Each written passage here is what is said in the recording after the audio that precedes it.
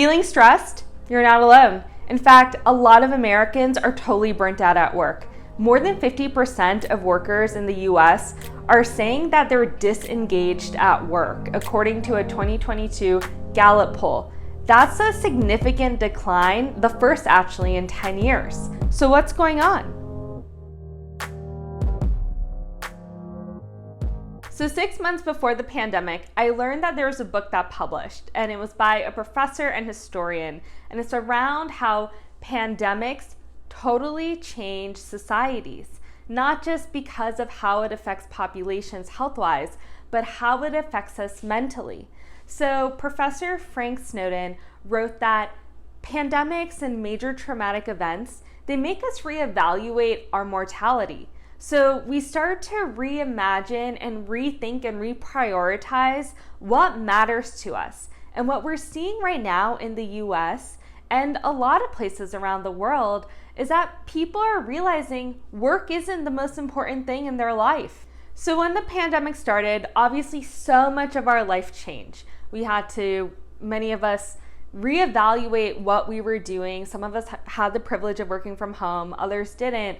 But society did change in some ways. We wanted more flexibility, and sometimes we needed that flexibility. So what we're seeing right now is a major shift in how workers think.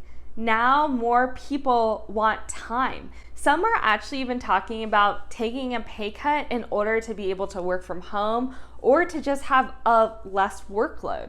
And that's pretty significant considering that right now we're living in a time of rising costs because of inflation and a possible recession coming in 2023. So what does this have to do about your stress? Well, quantitative futurists are actually looking at tons of signals all around the world, and they are basically calling this a time of great transformation. So what that means is that people around the world are reevaluating what matters to them, and it turns out it's not work.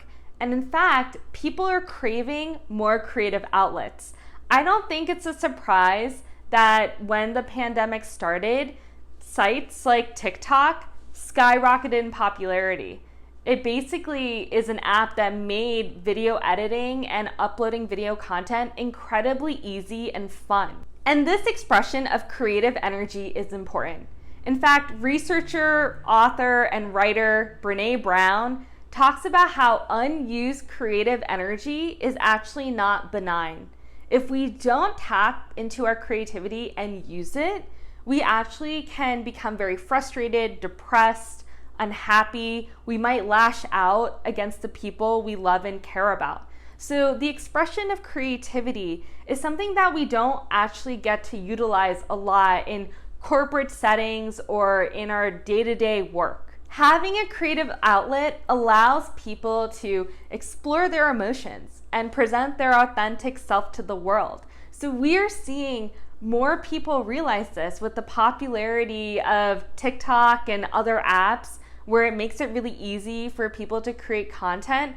We're seeing people realize that they enjoy that more than their day-to-day job, and that they're seeking to continue experiencing that. And that also allows them to create their own work schedules, allow them to create their own businesses, and thus have financial freedom and kind of eliminate that stress that's brought on by work. We are seeing a movement of people wanting to make and create. And that's a good thing because that sparks innovation. That creativity can probably lead to great creations in technology. However, a lot of American companies want workers to come back and go to the way things were before the pandemic. Before the pandemic, American workers were working some of the longest hours in any developed nation. But I genuinely think that a lot of workers don't want to go back to how things were.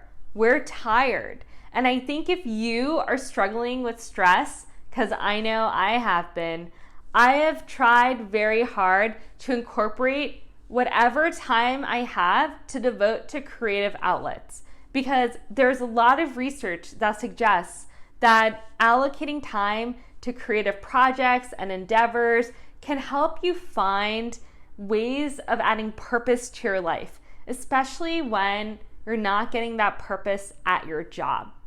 There's this really interesting study that was done with a bunch of folks from graduate schools. And the study basically was trying to understand who felt the most purpose and happiness at the end of their career. So the study talked to lawyers and doctors and surgeons and accountants, and it found that although many of these professions made a lot of money 20 years postgraduate school in their careers, only one profession actually showed any life satisfaction, and that was doctors. Obviously, not all of us are doctors, so we have to find our passions elsewhere. So this is to say that if you are feeling stressed, find the time to be creative.